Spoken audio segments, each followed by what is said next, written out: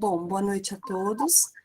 Hoje é com muito prazer que teremos a conferência do professor Paulo Mota de Oliveira, professor titular da Universidade de São Paulo, bolsista do CNPq1, pesquisador associado do Centre de Recherche sur les pays de langue portugaise, o CREPAL, vice-coordenador do Programa de Pós-Graduação de Estudos Comparados de Língua Portuguesa, e muito mais outras coisas, né? E, sobretudo, autor de diversos artigos e de livros, né? que está aqui conosco, e é um prazer recebê-lo. Paulo, a palavra é sua.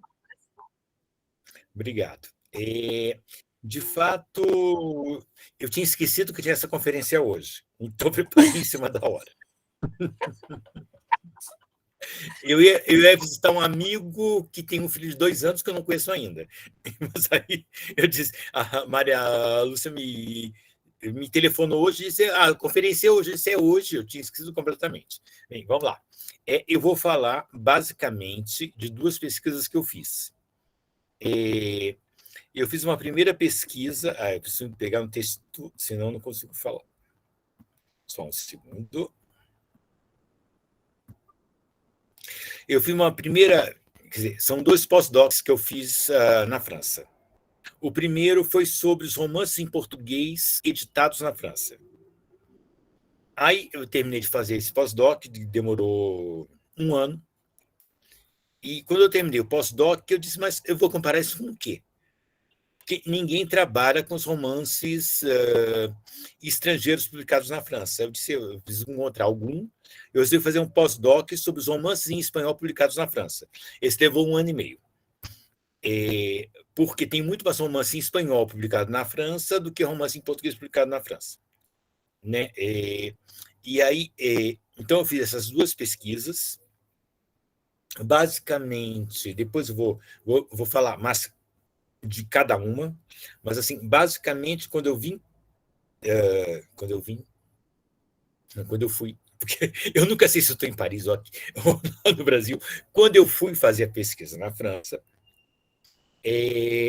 eu só tinha um livro que havia sido publicado sobre todos os livros publicados em português até 1850.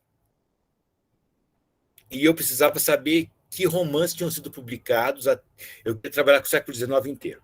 Né? Então, eu comecei a pesquisar com esse livro e complementei os outros 50 anos, que é do Vitor Ramos, que fez esse livro.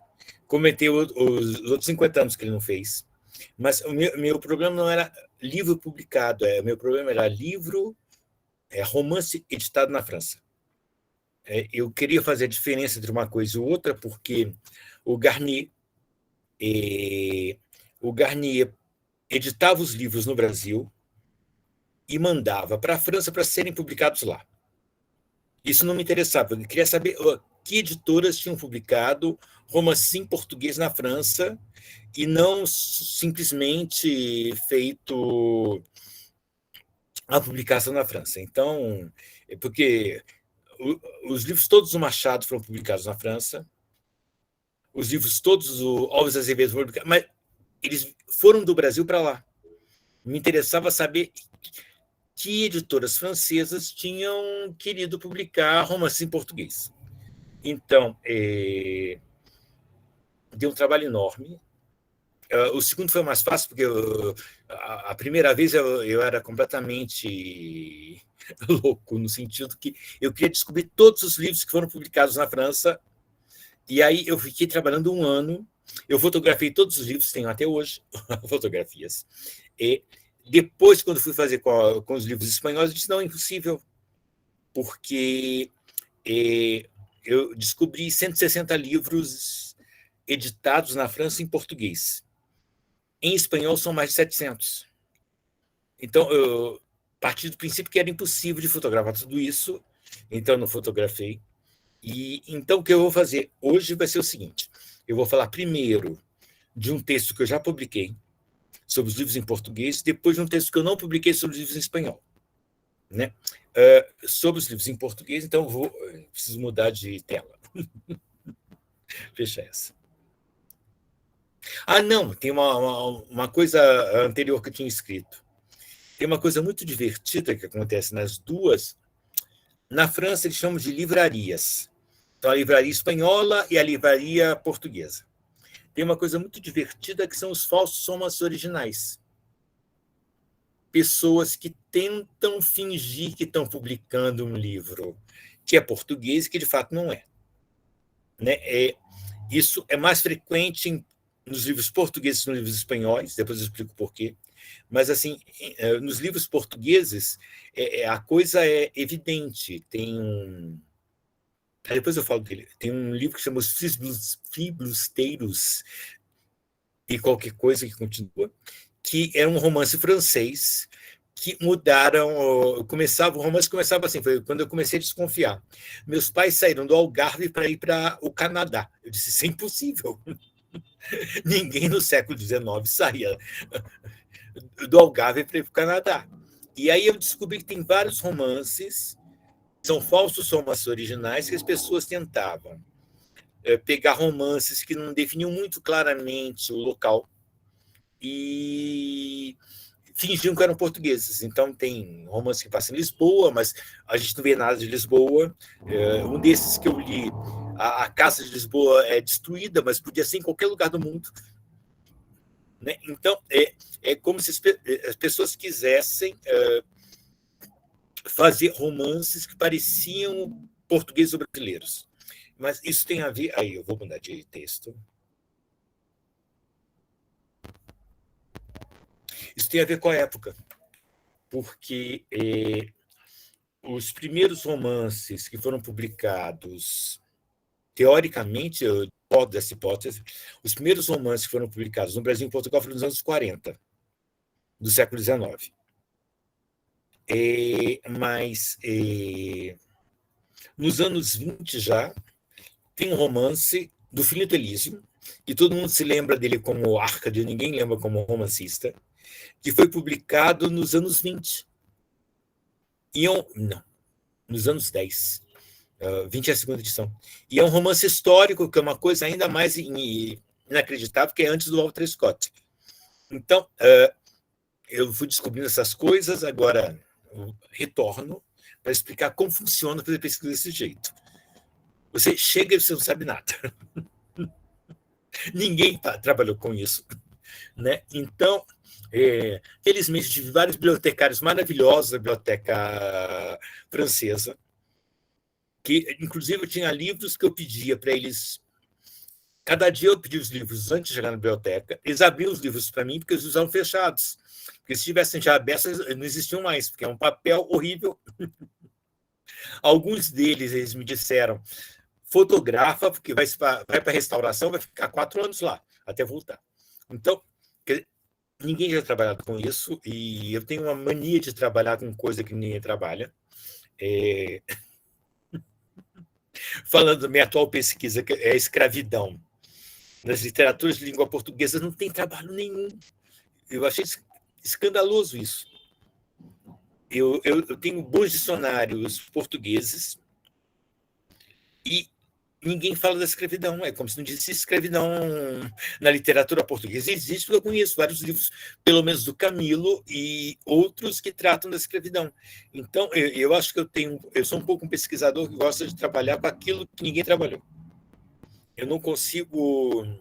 Tem um amigo meu que falou que ele não consegue falar daquilo que já falaram muito. Eu acho que eu faço a mesma coisa. Assim. Eu gosto de trabalhar com alguma coisa que ninguém trabalhou e é divertido. Não vai durar muito, porque eu quero me aposentar rapidinho, mas de qualquer jeito. Mas de qualquer jeito. Quando eu trabalhei com os romances em português publicados na França, ninguém tinha trabalhado. Né? Tinha o Vitor Ramos, que tinha trabalhado com os livros em português publicados na França até os anos 50, e só. E ninguém mais tinha trabalhado especificamente com os romances. Então, eu peguei os romances e descobri essa coisa que eu chamei de falsos romances originais. E tem uma editora especificamente na França que apostou nisso. Eles faziam falsos romances originais para vender. Eu não falei disso ainda. a gente esquece um dado assim. O primeiro censo que teve no Brasil foi ainda no período do Pedro II, e a maior parte da população era analfabeta. Só que a gente tinha muito mais pessoas que sabiam ler que em Portugal. Então, o principal mercado para vender os livros era no Brasil. Né? E eu não lembro mais, eu preciso entrar no. Eu já não estou olhando o texto, mas era algo como 5 vezes mais de leitores no Brasil que em Portugal. Então, as pessoas faziam os livros na França para venderem no Brasil. Em Portugal, uma parte, sim. Eu consegui ver que até os anos 30, a maior parte das traduções francesas que foram feitas na França. Depois, Paris perdeu completamente esse estado de alguém que publicava muito, né? E a maior parte foi feita ou no Brasil ou em Portugal, né? Mas, de qualquer jeito, esse mercado que eles queriam, né? E aí eu também acho interessante pensar que é uma coisa de mercado. Quer dizer, no século XIX já, eu pensei na Maria Eulália, que a gente trabalhou no mesmo grupo da Márcia, no século XIX o mundo era mundializado. Depois da Primeira Guerra, isso mudou. Né? Mas no século XIX o mundo era mundializado, então as pessoas publicavam para vender, não importa onde. Né? Então eu fiz a pesquisa sobre tá bom, de livros em português. E aí, quando eu terminei a pesquisa, eu disse, mas e daí? Como é que eu posso comparar? Isso com alguma coisa? Não tinha. Ninguém tinha trabalhado com um livro de nenhum país. E eu pensei, a única língua que eu falo razoavelmente é o espanhol. Então, eu vou trabalhar com os livros em espanhol, os livros espanhóis publicados na França. Aí isso demorou 1 ano e meio, porque era 5 vezes mais. E eu acabei descobrindo que as duas bibliotecas são completamente diferentes. Nos livros publicados em português, o principal objetivo era publicar livros que não tinham sido publicados em outras línguas. Então, por exemplo, tinha pouquíssimas traduções do Walter Scott. Foi na França que foram feitas a maior parte das traduções do Walter Scott para o português, com naquela época, não sei dizer se era um brasileiro ou era um português, mas alguém que se dizia habitante da Bahia. Então, ele fez várias traduções do Walter Scott que não tinham sido traduzidas ainda. Agora, ao mesmo tempo, os livros em português, a gente não tinha traduções dos livros dos autores mais traduzidos no Brasil. Então, não tinha nada do Dumas, não tinha nada da... Dumas, eles traduziram um livro só. Quer dizer, em português, Dumas, como te falo. Tinha só um livro do Dumas, traduzido na biblioteca portuguesa, e em vários do Walter Scott. Então, era uma coisa muito estranha, porque parecia que eles estavam tentando, quer dizer, eu penso, minha hipótese, eu penso que eles tentavam entrar naqueles nichos que não tinham ainda traduções no Brasil nem em Portugal. Né? E quando eu fui para a biblioteca espanhola, a primeira coisa que eu fiquei chocado foi que... Não, tem várias coisas que eu fiquei chocado. A primeira foi assim: quando o Byron morreu, traduziram um bando de poemas do Byron e viraram romances. Até hoje eu não trabalhei sobre isso. Mas é sério, transformaram os poemas do Byron em romances. E a Biblioteca Espanhola publicou muito Alexandre Dumas, publicou muito escritores que eram publicados também em espanhol. Mas a minha hipótese, quer dizer, eu tenho um bando de hipóteses que eu já parei de fazer essa pesquisa. Agora estou trabalhando com a escravidão, então não sei quando que eu vou terminar isso. Mas a minha hipótese foi a seguinte: tem uma casa editorial é português ou é francês? Uma editora. Tem uma editora que tinha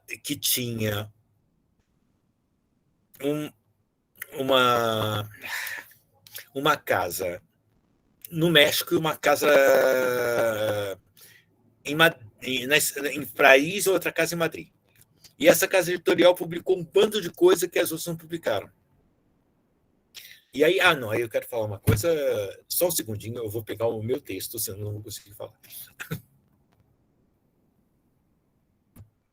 Que é uma coisa que eu achei super divertida.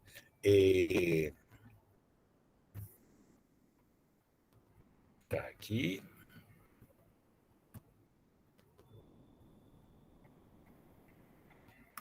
Como eu tinha trabalhado com os livros em português, eu disse quais são os falsos romances originais publicados em espanhol. Né? Devia ter também. Eu descobri que não tinha muito, não. Eles são poucos. Mas só um segundo.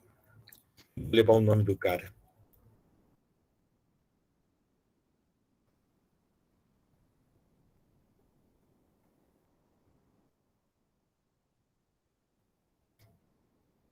Não vou levar nem o nome do romance. Eu tô sem óculos.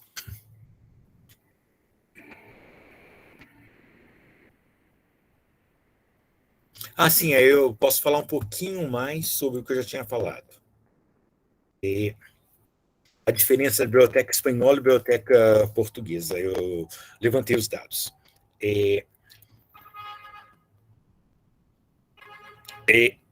Na Espanha, junto com a Argentina, com o México, etc., eram. Vou colocar maior. Não?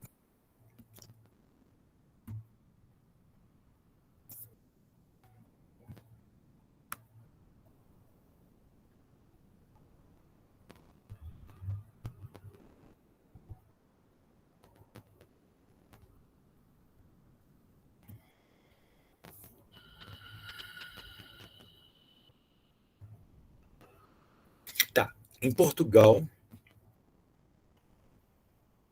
em 1851, tinham só 1.500.000 pessoas que sabiam ler. Na Espanha, juntando Espanha, Chile, México, etc., eu não consegui os dados de todo mundo. Eles eram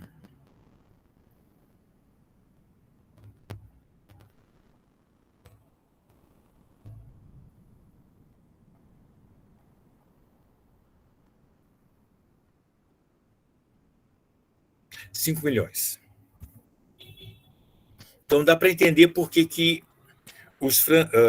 as editoras francesas publicavam em espanhol e não em português, porque o público era muito menor. Né? E em relação ao falso romance original, que esse aqui é divertido, eu vou voltar para o meu texto. Mas eu tenho de ler o texto.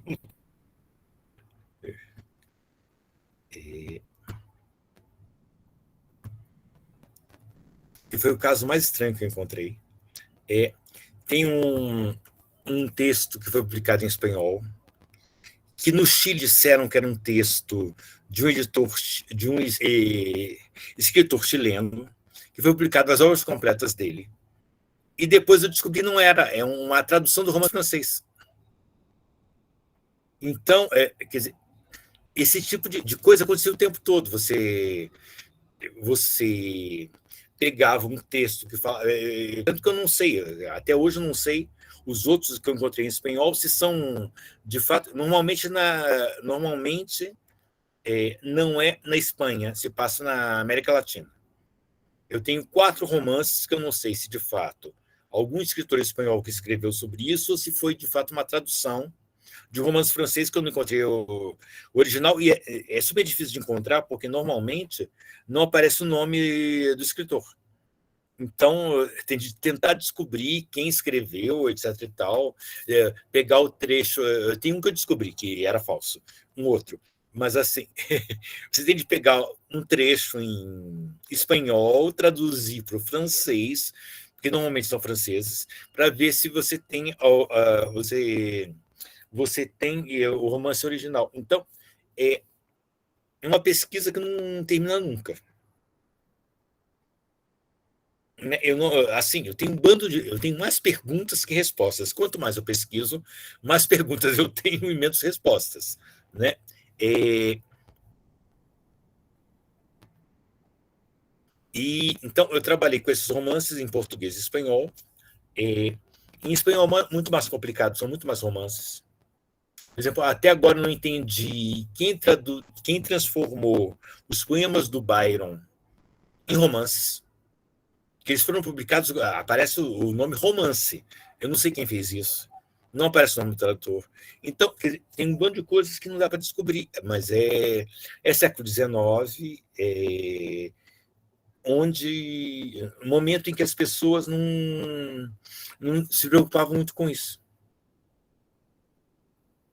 Não sei, eu queria que vocês fizessem perguntas.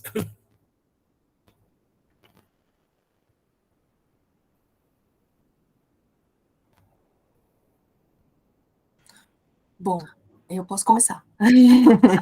Eu tenho muitas sempre. Eu tenho tanta coisa para falar. Se eu não tiver perguntas, eu não vou conseguir continuar o raciocínio. Então, acho que a primeira pergunta que eu me faço é a questão da autoria mesmo, né? Que eu acho que é central, que é a compreensão de que aquela obra tem um dono, que foi gerado por uma pessoa a quem se deve respeito, digamos assim, né? Que é a dona da obra. Né? Não há essa noção de autor. Depois, em consequência disso, não há a noção de que aquilo tem direitos financeiros sobre. Não, isso demorou muito para existir. Então, né, que é a coisa que é só no final do século XIX que a gente vai ter aqui no Brasil, isso organizado.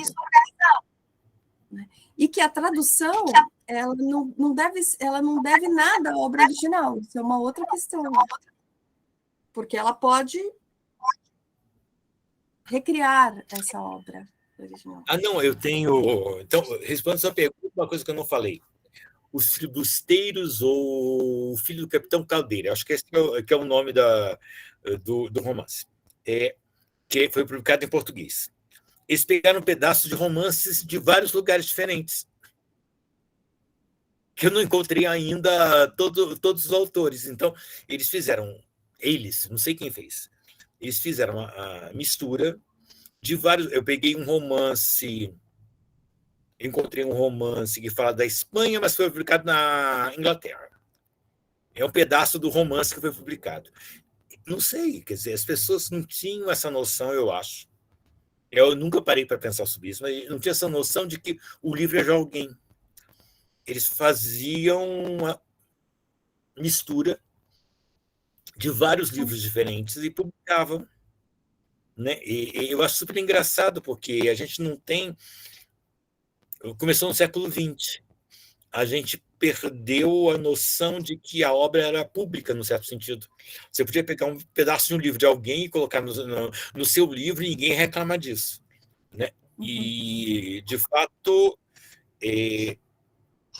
especialmente nos livros em português eu encontrei isso, nos livros em espanhol eu encontrei menos. Mas é uma coisa assim, eles pegam pedaços de vários livros e é super difícil descobrir de onde veio o livro. Porque está tudo traduzido em português, eu não sei de que língua veio.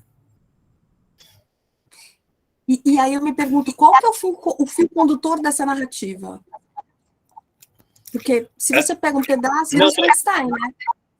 Não, mas é o fio condutor da maior parte das narrativas dos livros publicados em português.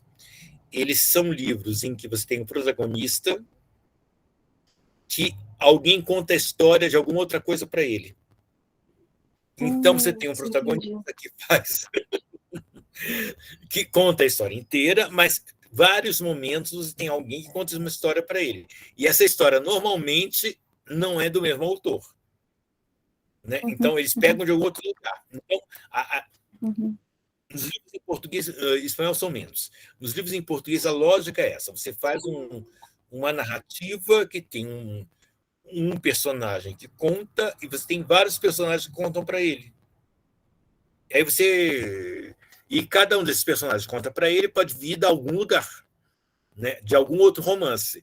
Então é quase impossível descobrir. Eu desisti. Eu sinceramente desisti. Então, Paulo, pelo visto, a maior parte, se não quase tudo, desse tipo de romance, a gente poderia dizer que, como tem a questão mercadológica no centro de toda essa edição de romances, né?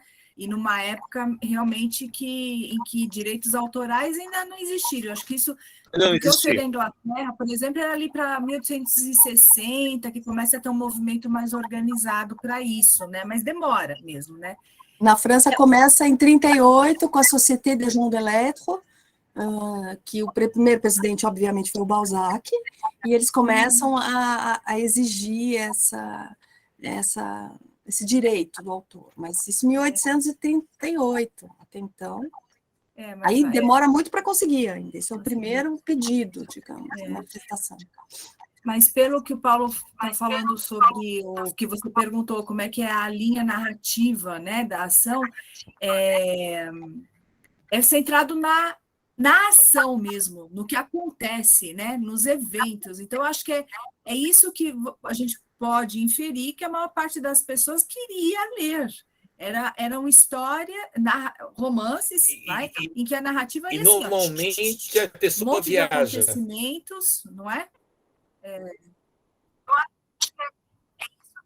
Vai para outro lugar, literalmente, personagem viaja, vai para... Então, experiências... Isso, é uma mistura de romance de aventura com romance picaresco, né? Porque é um encadeamento, é como... As pessoas é vieram como a Mil e Uma Noite, né?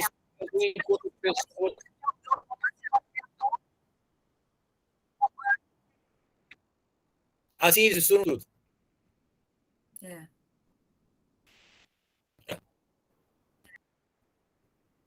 Eu não consigo te escutar. Eu acho que está com algum problema no som. Assim. No som. Voltou? Voltou. Acho que é a internet. Só um comentário super bom, mas agora a gente tem internet, não é a universidade que tem que dar internet para a gente.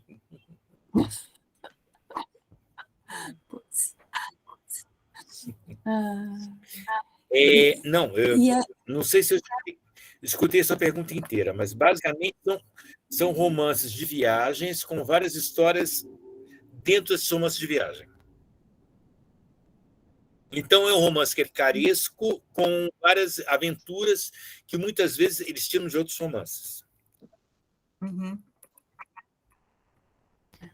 O caso dos filibusteiros, que eu nunca consigo falar essa palavra direito, eu achei engraçado porque um texto do livro é uma coisa que se passa na Espanha e que me parece ser um romance inglês. Uhum. Quer dizer, eu descobri o romance inglês, mas não sei se o romance inglês não é uma tradução de alguma outra coisa.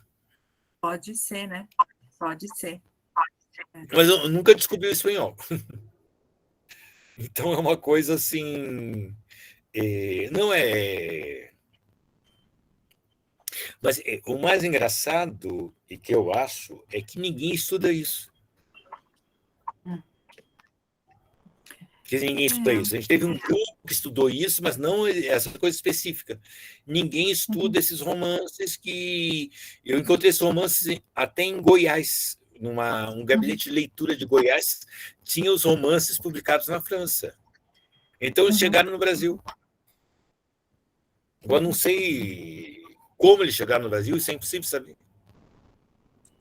Uhum. Pois é. É incrível. E você citou o tradutor do Walter Scott para o português, é o Caetano Lopes de Moura, que tem uma história absolutamente rocambolesca. Ele era médico da Bahia, foi trabalhar no exército do lado do Napoleão, depois ele acaba ficando na França, e aí ele é um dos primeiros a traduzir coisas para o português.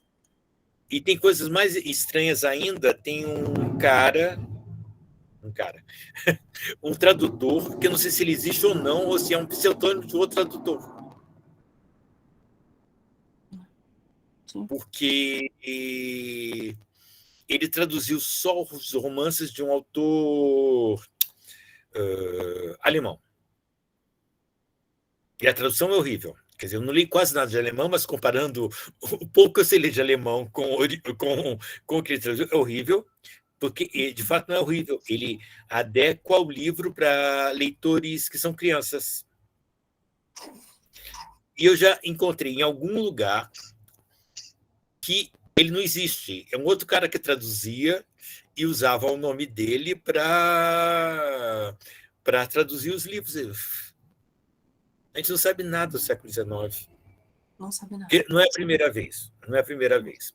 Eu já trabalhei com a revista Águia, que já é do século XX, e metade dos escritores da revista não achei nenhuma referência. Quer dizer, eles desaparecem completamente.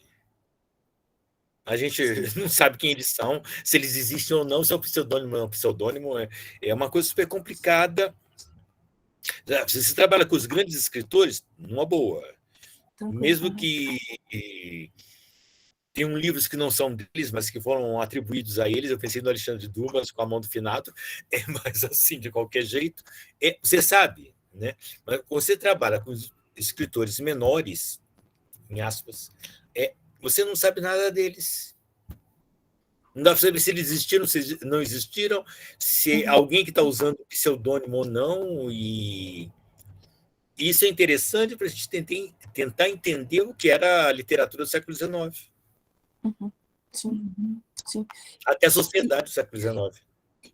Isso. Porque é um momento em que a obra literária ela passa a ser um produto vendável, né? Assim como a obra de arte. Mas aí demora um tempo para as leis de mercado realmente reconhecerem que aquilo tem uma patente, digamos assim, né? Que tem uma autoria, e que, apesar de ser um produto muito valorizado, aquele que o cria não é valorizado à altura. Valorizado, né? Ganha dinheiro. Então, não, eu tenho uma coisa, se alguém descobrir, me conta. É o seguinte, eu vou falar da Mão do Finado, não tem nada a ver com o que a gente está falando. Né? Eu tinha 11 anos quando eu li O Conde de Monte Cristo. E na coleção, não está mais aqui, na coleção da minha mãe, tinha a continuação do Conde de Monte Cristo, que era A Mão do Finado. E que estava lá, de Alexandre Dumas. Eu li. Foi só quando eu estava fazendo mestrado que eu descobri que, de fato, quem tinha escrito é o Rogan, o Alfredo Rogan, que mesmo com esse nome estranho, era um português. E até hoje eu estou tentando descobrir quem é o cara, porque, teoricamente, ele veio para o Brasil. Será que com esse nome mesmo? Esse que é o problema, que ele chamava Alfredo qualquer coisa Rogan, mas tem um Alfredo Rogan que publicou um poema no Brasil. E eu já encontrei pelo menos um crítico que disse que ele foi jornalista no Rio de Janeiro. Eu não tenho a mínima ideia, cara. Eu sei que ele morreu super novo. Ele morreu com 30 e poucos anos. Mas, assim, eu não sei quem é esse Alfredo Rogan que escreveu A Mão do Finado. Se é o que veio para o Brasil, se é um outro. É a coisa de trabalhar com o século XIX. Você não tem dados. É verdade. E, por outro lado, a produção Alfredo de literatura... O nome dele é Alfredo Passolo Rogan, e tem um poema de Alfredo Rogan publicado no jornal no Rio de Janeiro. E tem um Alfredo Rogan que chegou no Brasil, que eu já encontrei a chegada dele no navio. No navio. Se é o mesmo ou não, não tenho a mínima ideia. É possível. É bem possível. É possível, mas não sei. É possível. Né? Porque é como você trabalhar com uma coisa que já faz o quê? Quase 2 séculos. 1 século e meio. Você não tem mais as referências para ter os dados. E aí você vira um detetive nos jornais, né? Porque a nossa grande fonte... Que é divertido, mas de qualquer jeito. Não, mas é muito engraçado. É divertido, mas é de fato virar detetive, porque você tenta descobrir se a pessoa ela tem quase o mesmo nome, mas não sei se tem o mesmo nome, se é a mesma pessoa, se ele veio para o Brasil ou não, porque tem um amigo meu que já morreu, que me mostrou um artigo de um cara que dizia que ele foi jornalista, que Alfredo Rogan foi jornalista no Brasil. Eu disse, eu nunca tinha pensado nisso. Uhum, uhum. E é um mistério que não se resolve, né? Não, mas nada se resolve, é bom que não se resolva. Está impulsionando a gente para pesquisar outras coisas. Né? Continuamos. Não, só assim, que um comentáriozinho, nem é pergunta, mas é que essa história rocambolesca, porque vai se construindo uma história de produção literária que não é a oficial, que a gente encontra nas histórias de literatura, né? Não, você pega a história oficial falando só dos grandes escritores e o resto não existe. São dos grandes. Então, mas só até duas coisas, que agora, voltando nos grandes escritores, que quando a gente, particularmente até em pesquisa que eu já fiz, aí se a gente trabalha com revistas, principalmente, também jornais, dependendo do contexto, a gente vê os grandes lado a lado com esses que até se tornaram obscuros. Exatamente. Então, como, vamos dizer assim, como as relações de trabalho com literatura, o fazer literário, eram muito mais complexas, muito mais interessantes. Quer dizer, a gente vê eles dividindo a página assim, da mesma revista.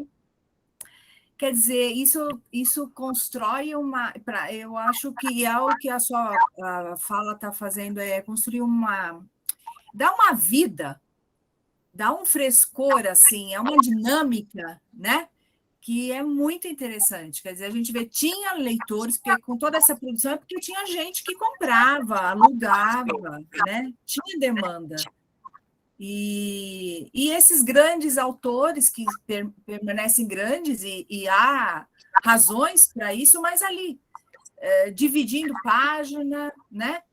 De revista, de jornal, junto com aqueles que até podem ter sido muito feito sucesso no seu momento, mais, menos sucesso, alguns se tornaram obscuros, mas é um caldo cultural e literário muito rico isso, né? Não, eu acho quer dizer, muito complicado quando você trabalha só com os grandes autores, porque você esquece o resto. Quer dizer, eles estavam convivendo com outras pessoas, eles aprenderam com outras pessoas, e aí você reduz a obra desses grandes autores sem pensar nos outros que estavam convivendo com eles. Eu penso muito aí, não tem nada a ver com o que a gente está falando, no Fernando Pessoa. O Fernando Pessoa conviveu com um bando de gente que hoje está completamente esquecido, mas que foram importantes na produção da obra dele. Então, a gente esquece que ele estava publicando nas mesmas revistas que outros que na época tinham importância, não tinham, não importa, mas assim, a gente tem uma ideia, não é a mesma coisa que acontece hoje, eu penso. Hoje não é mais revista, não é mais jornal, é televisão. Você tem na televisão coisas completamente diferentes, e que estão convivendo uma com a outra. Quer dizer, alguém está respondendo alguma coisa que o outro fez. Mas se você esquecer o outro que fez, você não vai conseguir pensar o mundo contemporâneo. Né? Então, o século XIX é isso. A gente está vendo com muita distância. Então, a gente tem a distância de um século e pouco para ver o que eles escreveram naquela época. A gente consegue ver, isso que tal cara escreveu, depois o outro usou para fazer uma outra coisa. A gente tem distância para isso, mas é assim, não existe não existem os grandes escritores e os pequenos escritores, eles estão todos juntos. Né? Com a gente, mas é isso. O Dumas é um pequeno escritor. Com certeza. Não, e é engraçado, porque a gente também... Só falar uma coisa do com Dumas. certeza. Quem trabalha com Dumas na França, é inacreditável. E leem o Dumas ainda. O Dumas. Sim, o Dumas. Não, e você pensando dessa maneira, você reduz até mesmo o trabalho do grande escritor, porque fica parecendo uma geração espontânea, como se ele tivesse recebido Como Fernando aquela Pessoa, obra que surgiu do nada. E você está reduzindo, se você pensa assim, porque você não vê o trabalho de diálogo que ele teve, o trabalho de construção em torno daquela obra, né? Tudo que está ali em volta dele, que ele soube captar, que ele soube transformar aquilo naquela grande obra. Então, também está reduzindo até o trabalho do grande escritor e ignorando tudo que sustentou aquele grande escritor, né? A obra daquele grande escritor. Eu acho muito complicado. A gente tem não falando nem só de literatura, a gente tem uma visão da cultura que é muito errada, eu acho. A cultura é feita de um contato entre várias coisas diferentes. Não, mas o Dumas eu vou voltar para o Dumas. Eu acho inacreditável, ninguém trabalha com Dumas na França. Pouquíssimos. Sim, pouquíssimos. A gente sabe nome e sobrenome de todos eles. É engraçado. É quase a mesma coisa do Camilo Castelo Branco em Portugal, mas aí eu formei uma geração que trabalha com Camilo, então isso mudou. Mas, assim, gente, é absurdo. Quer dizer, a gente tem muita... A gente trabalha muito com uma coisa específica. Século XIX, quem trabalha com o século XIX trabalha com essa de Queiroz. Esquece o Camilo Garrett. Não, eu penso em Portugal. Na França é Flaubert. Na França é Flaubert. Ou Balzac. Dumas não existe. Ou Balzac. Ou é Flaubert ou é Balzac. Aí depois você tem o Zola e também, assim, os outros. Zola, que é um outro trabalho que eu gosto muito. Okay. Não, também tem isso, sei lá. O Zola, eu adoro os livros do Zola, porque ele é um excelente narrador. Mesmo que eu não concorde um pouco com o ponto de vista dele.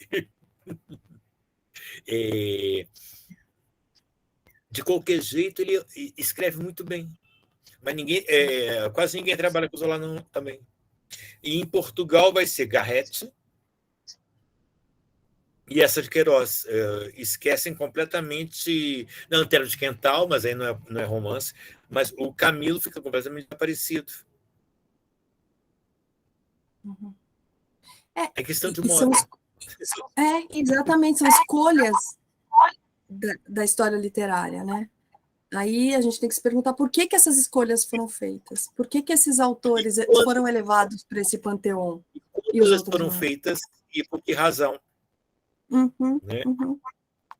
É isso. É igual quando eu dou aula sobre que eu estou dando agora, sobre Camões, eu digo que o que aconteceu com Camões foi o seguinte: durante a ditadura, o Salazar pegou o Camões dos Lusíadas. Depois da ditadura, começou a ler somente os poemas líricos do Camões, porque ligavam o Camões à ditadura. Da mesma forma que ligam o Wagner ao Hitler. Gente, é absurdo. Sim, é isso. Né? É isso. Gente, alguém tem alguma pergunta? Pode abrir o microfone, pode falar.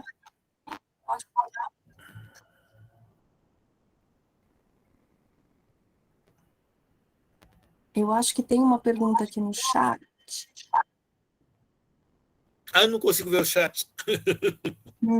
A Gabriela, né? Isso. Como se fosse uma série de contos. Acho que é pela... Ela está perguntando, acho que ela está perguntando em relação aos livros que você contou que eram enxertados de vários lugares, né? Então ela está perguntando como é que se construiu essa narrativa, se era tipo uma série de contos. Eu consegui entrar no chat. Não, de fato, o que eu percebi lendo em espanhol também, mas em português principalmente, é que os livros eram livros com pequenas histórias que se articulavam. que é alguma coisa como se o leitor não tivesse capacidade de ler uma grande história. Então, você tinha pequenas histórias, você lia a pequena história, você ia dormir, no dia seguinte você pegava o livro e tinha uma outra história. Então, são várias pequenas histórias que se articulam. Eu não tinha essa ideia. Não, isso existe no Brasil também. Quem trabalhou com isso... não vou lembrar o livro. Mas o Camilo faz a mesma coisa. Então, eu falo de Portugal, que é mais fácil. O Camilo tem vários livros que são pequenas histórias que se articulam. Eu penso em 20 Horas de Liteira, que são pequenas histórias, todas se articulam, mas é porque ele ficou 20 horas viajando para chegar no porto. Então, o companheiro dele conta uma história de cada vez. Então, é como se o leitor não tivesse capacidade de ler uma história completa. Não é Werther, não é Ilusões Perdidas, você tem de ler o livro inteiro para entender, mas então me parece, também é só me parece, verdade ou não, me parece que no século XIX eles não estavam ainda habituados a pegar uma grande narrativa, em Portugal, uma grande narrativa que contasse a história inteira, porque se você lê, sei lá, mesmo o Conde de Monte Cristo, você tem de ler o livro inteiro para entender a história inteira do livro. E parece que, nessa época, pelo menos na França, tanto em espanhol como em português, eles tentavam fazer o inverso. Pequenas histórias que são conjugadas com uma história que enquadra toda a história. Né? Então, a gente tem uma história enquadrante e várias pequenas histórias são contadas. Mas não sei se... Quer dizer, tudo isso é hipótese. Eu só tenho hipótese, eu não tenho certeza nenhuma. Que é interessante essa sua hipótese, eu acho que ela faz todo sentido se a gente pensar em narrativas outras tradicionais. Por exemplo, eu penso na França, num livro da Marguerite de Navarre, que se chama Heptameron. E penso no Boccaccio, com o Decameron, porque o Heptameron foi escrito a partir do Boccaccio, que é uma história grande, com várias outras histórias que se encadenham. Faz todo sentido. Talvez nessa época o leitor ainda não tivesse capacidade de pegar uma grande história. Né? Ele não tinha... talvez até pudesse, alguns leitores, mas assim era mais fácil ele ter as pequenas histórias. Sim, sim. E também eu lembro de uma moda que a gente vê muito estudando... que eu vi muito estudando a recepção do Dumas, traduzido aqui no Brasil, que eles tinham o hábito de fazer encadernações com vários contos, de vários autores. Isso a gente vê bastante. Então, uma história curta de uma história curta de outra, e encaderna tudo junto. Eu pensei que quem faz isso no Brasil é o Macedo. Joaquim Manuel Macedo, ele tem vários livros que são pequenas histórias que ele junta. Memórias do Rio de Janeiro, por exemplo. Memórias do Rio de Janeiro, exatamente. Adoro Macedo. Acho super bom. E vai nesse ponto mesmo. Mas a gente gosta de autores que as pessoas não gostam.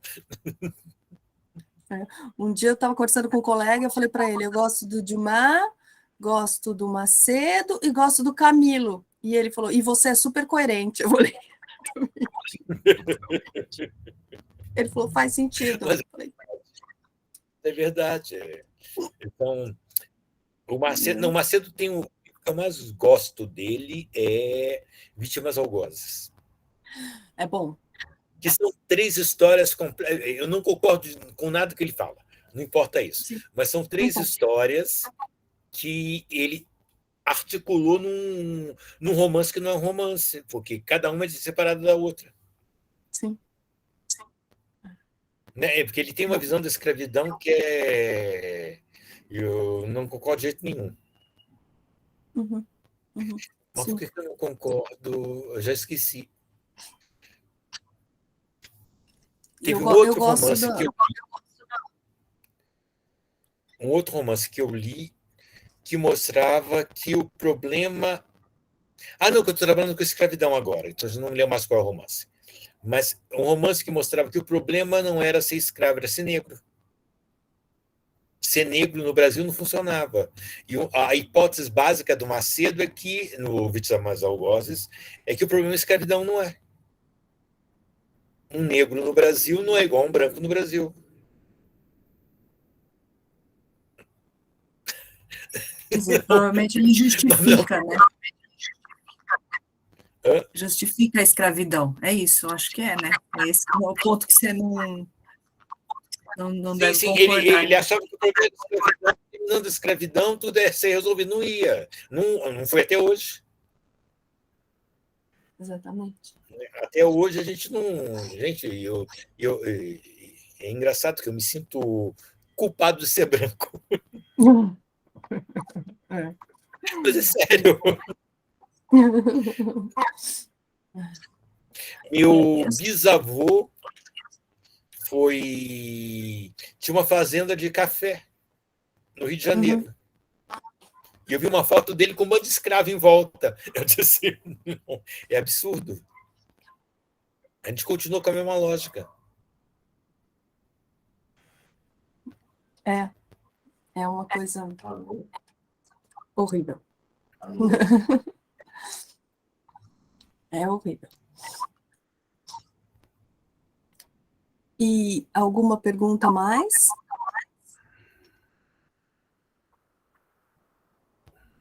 Eu teria só um comentário, mais uma dúvida, na verdade.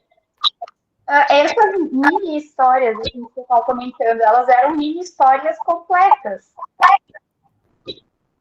Ou, porque eu fiquei me perguntando também, hoje... Oi? Mais ou menos. Vai, continua fazendo a pergunta. Não, porque eu fiquei me perguntando também.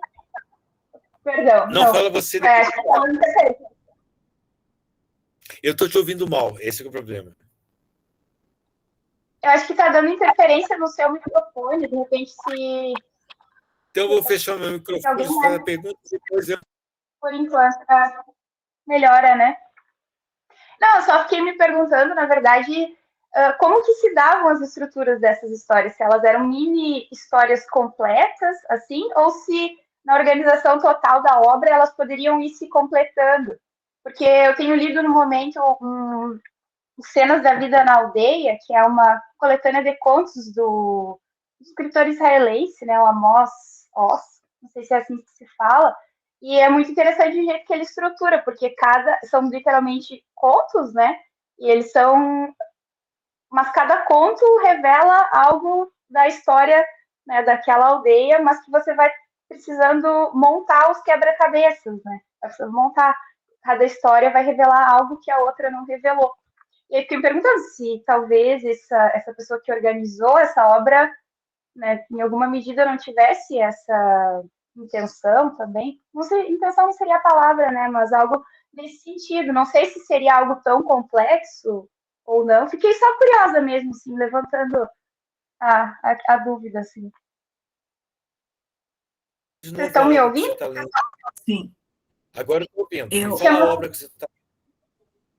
Cenas da Vida na Aldeia, do Amos. É uma coletânea de contos aí. Vou escrever aqui, é um escritor israelense.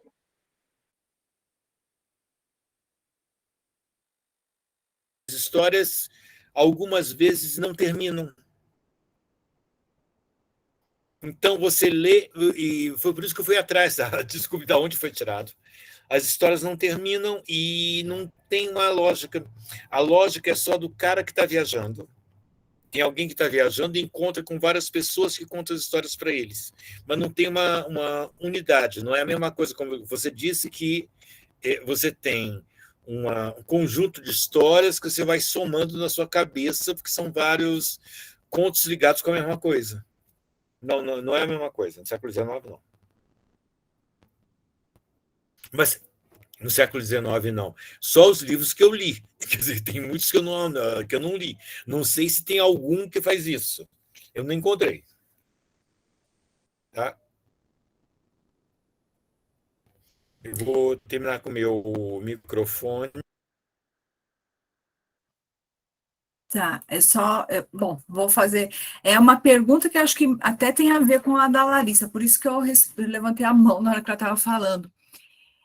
Paulo, será que um bocado dessas histórias que vão sendo acumuladas num volume, né? E tem essa estrutura de você tem um plano de fundo, né? Narrativo, e aí você tem, que nem você falou, 20 horas viajando, e então o outro amigo vai contando. Será que também algumas dessas narrativas não teriam vindo de jornais ou revistas, e alguém compilou e fez um romance disso?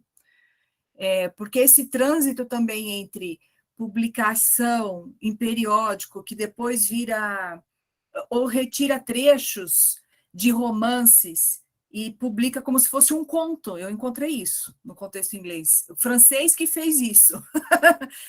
Tira algum capítulo de uma obra, de um romance inglês e publica, traduz e publica como sem autoria, né? Ou aí, talvez o contrário, quer dizer, alguém que pega várias narrativas publicadas, né, curtas, publicadas em periódicos, e aí pega e junta e faz um romance, né, criando um pano de fundo, assim. Quer dizer, ainda esse trânsito de periódico para forma livro e vice-versa, né?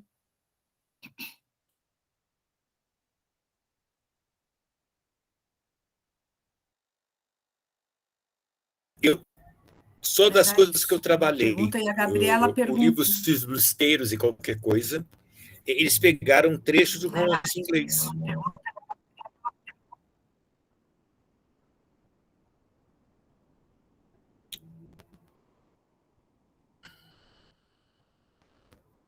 Oi? Está me ouvindo?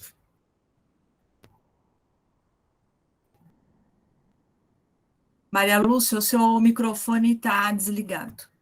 A gente está, o tom está meio complicado hoje, né? Tá. A Gabriela está fazendo uma pergunta no chat, se era comum a tradução do português para o francês nessa época. Se seria possível um falso romance original que fosse originalmente português ou brasileiro e que virou francês. Se você encontrou algum caso desse. Um romance que seria português e virou francês. Agora é o Paulo que está sem microfone.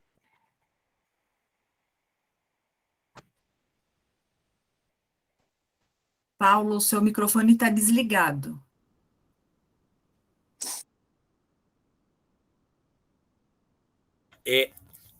Eu não tenho a mínima ideia se isso existia, mas o inverso existia. Você pegava um romance francês, trazia para o português como se fosse um romance português. Né? Agora, eu não pesquisei os romances em francês da época, é impossível saber. E para Maria Eulália, a única coisa que eu tenho certeza é que um dos romances que eu li, uma parte dele é um romance que fala da Espanha, mas que é um romance inglês, que colocaram dentro do romance traduzido para português. Agora, se ele veio de uma revista ou não, não tenho a mínima ideia. Eu nem tinha pensado nisso. Mas pode até ser, só para complicar um pouco mais a história. Você vê a mixórdia aqui. Eu acho super engraçado porque a gente não imagina isso no século XIX. Quer dizer, a gente não imagina que no século XIX o mundo estava todo conectado. Então, eu pegava um pedaço de um romance inglês, publicava em português traduzido, mas o romance inglês, de fato, até hoje eu não entendi se é uma tradução de um romance espanhol ou não, porque se passa inteiramente na Espanha. Eu não achei, se tiver um original espanhol, não encontrei. Mas, assim, é super, sabe, é um mundo conectado, tem a ver com o nosso mundo. Só que tem que ir pela imprensa, não tinha internet ainda, mas tudo bem.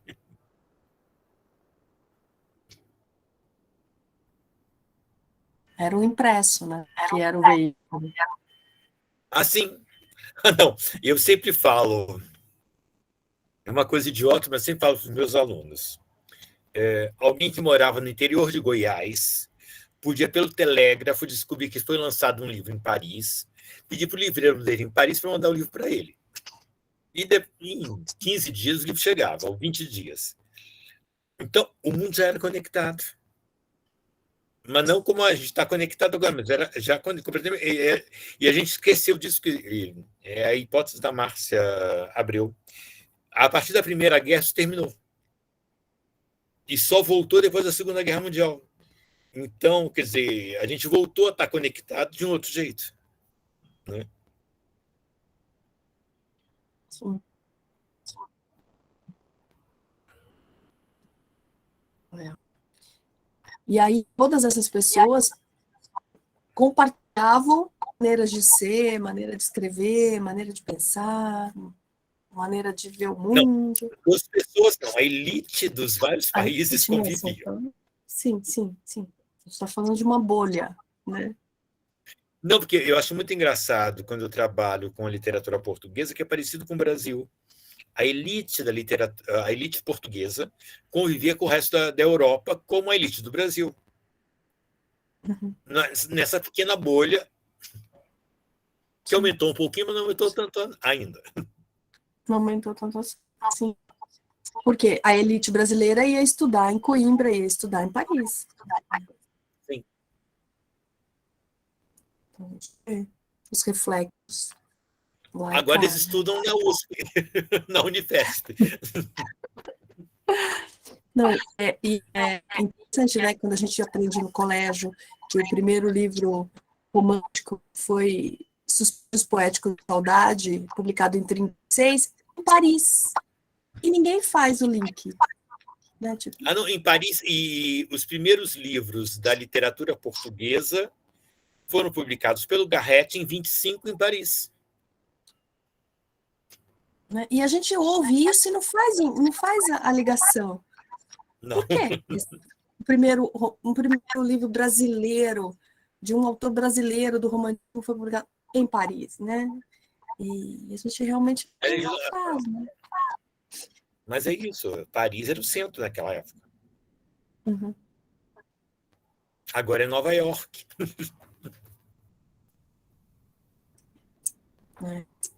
É isso.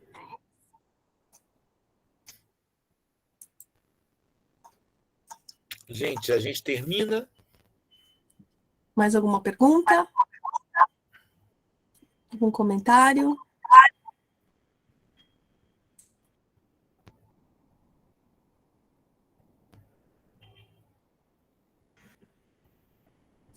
Se alguém está escrevendo no chat, demora um pouco, né?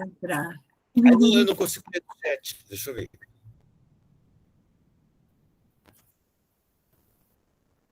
Se você clicar lá embaixo no balãozinho ali, ó. Não, eu já cliquei.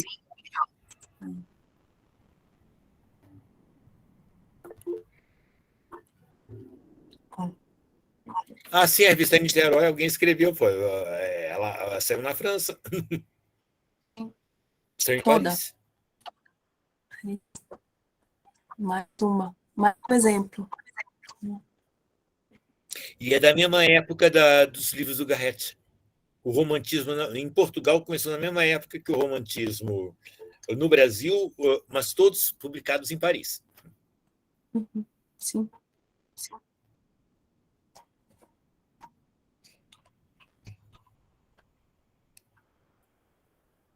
Bom, então encerramos.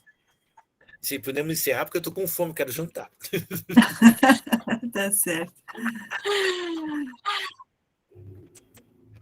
Então tá bom. Então, encerramos, agradecemos muito ao professor Paulo. E assim, toda vez que falo com você, eu fico impressionada, porque cada vez a pesquisa fica maior e mais incrível. A capacidade de pesquisa é impressionante. Então, só agradecer por ter compartilhado isso conosco e agradecer a todos que estiveram presentes, né? E é um prazer recebê-los. Então, boa noite a todos e esperamos vocês para a próxima conferência com a professora Valéria Pusch. Acho que só um instantinho, Malu, que a gente tem que falar do link. Eu não sei se o Paulo quer, né, já se desconectar, porque é rapidinho, né, que o pessoal está com dúvida sobre o link para esses eventos. Mas antes disso, eu queria agradecer o Paulo também, por ter Mas aceitado o quem é a convite. próxima pessoa que fala? A Valéria Auguste, da Federal Tá. do Pará. Isso. Mas Também fala, Maria. todo mundo sobre o século XIX, Todo mundo, só o século XIX. Nós fechamos. Só um parentezinho, pessoal. A questão do link, desculpa, Paulo, só. A questão do link é o seguinte: a princípio,